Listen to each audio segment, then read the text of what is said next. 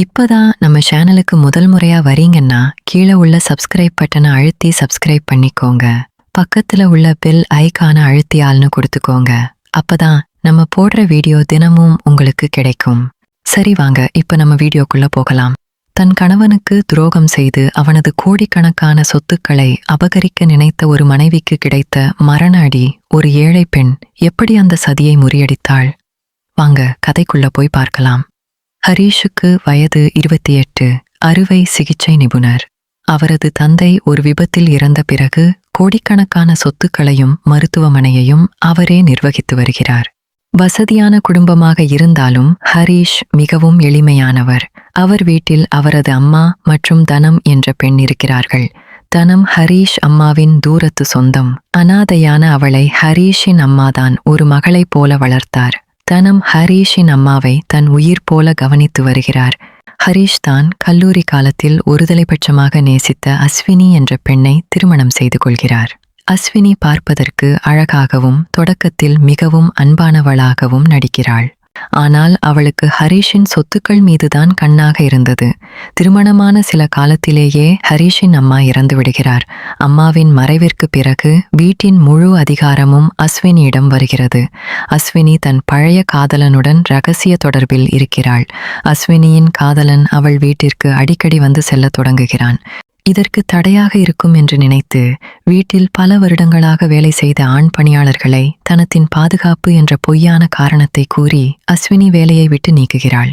தனம் இதை கவனித்து அஸ்வினியின் நடவடிக்கையில் சந்தேகம் கொள்கிறாள். ஒருமுறை அஸ்வினி இல்லாத போது அவள் காதலன் வீட்டிற்கு வருவதை நேரில் பார்த்து விடுகிறாள் தனம் இந்த உண்மையை ஹரீஷிடம் சொல்லிவிடுவாளோ என்று அஞ்சிய அஸ்வினி ஒரு தந்திரம் செய்கிறாள்.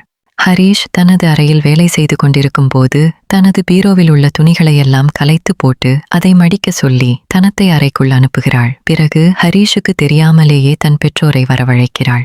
அறைக்கதவு சாத்தப்பட்டிருக்க ஹரீஷுக்கும் தனத்துக்கும் தவறான தொடர்பு இருப்பதாக தன் பெற்றோர் முன்னிலையில் அஸ்வினி நாடகம் ஆடுகிறாள்.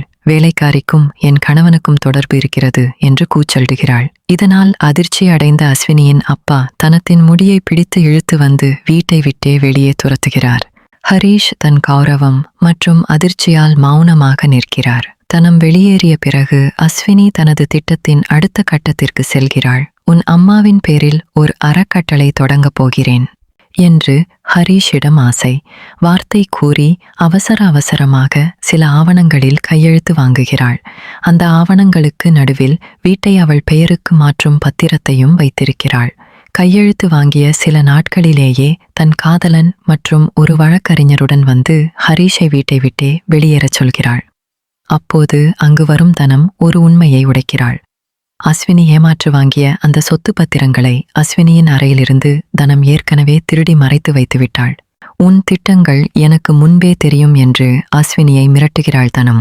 இதற்கிடையில் ஹரீஷ் காவல்துறைக்கு தகவல் கொடுக்கிறார். போலி ஆவணங்கள் மூலம் ஏமாற்ற முயன்ற அஸ்வினியும் அவளது காதலனும் போலீசாரால் கைது செய்யப்படுகிறார்கள். நீதிமன்றம் அவர்களுக்கு 3 ஆண்டுகள் சிறை தண்டனை வழங்குகிறது. தனம் தன்னை இவ்வளவு பெரிய ஆபத்திலிருந்து காப்பாற்றியதையும் அவள் தன்மீது வைத்திருக்கும் தூய்மையான அன்பையும் ஹரீஷ் உணர்கிறார். தனம் தயங்கியபடியே சிறுவயதிலிருந்தே உங்களை எனக்கு ரொம்ப பிடிக்கும் என்று தன் காதலை கூறுகிறாள். அதனால் ஹரீஷ் அவளை திருமணம் செய்து கொள்கிறார். சில வருடங்களுக்கு பிறகு சிறையிலிருந்து வந்த அஸ்வினி தன் காதலனால் கைவிடப்பட்டு வறுமையிலும் அவமானத்திலும் வாழ்ந்து கொண்டிருக்கிறாள். உண்மையான அன்பை விட பணத்திற்கு ஆசைப்படுபவர்களுக்கு கிடைத்த சரியான பாடம் இதுதான். பார்த்தீர்களா நண்பர்களே? பணத்திற்காகவும் தற்காலிக சுகத்துக்காகவும் உண்மையான அன்பை ஏமாற்ற நினைப்பவர்களுக்கு காலம் ஒருபோதும் துணை நிற்பதில்லை. அஸ்வினி செய்த துரோகம் அவளுக்கே வினையாக முடிந்தது. அதே சமயம் எதிர்பார்ப்பில்லாத அன்பும் விசுவாசமும் கொண்ட தனத்திற்கு ஒரு அழகான வாழ்க்கை பரிசாக கிடைத்தது. அன்பை ஏமாற்றலாம், ஆனால் உண்மையை ஒருபோதும் மறைக்க முடியாது. இந்த கதை உங்களுக்கு பிடித்திருந்தால் உங்கள் கருத்துக்களை கீழே உள்ள கமெண்ட் பாக்ஸில் பகிருங்கள். மீண்டும் ஒரு சுவாரஸ்யமான கதையில் சந்திப்போம். சொல்ல மறந்துட்டேன், நம்ம சேனலை மறக்காம லைக் பண்ணிட்டு சப்ஸ்கிரைப் பண்ணிக்கோங்க.